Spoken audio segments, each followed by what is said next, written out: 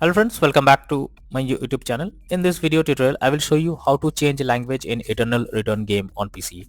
So what you need to do is launch Steam. After that, select the game under library section, right click on it, click on properties.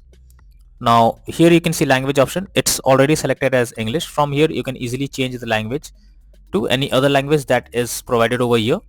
Just for example, select Japanese and you will find the language has been changed to particular the language that you have selected now. Now if you want back to change the language from Japanese to English once again, so what you need to do is before that restart your PC once, and after your PC restarts again launch Steam.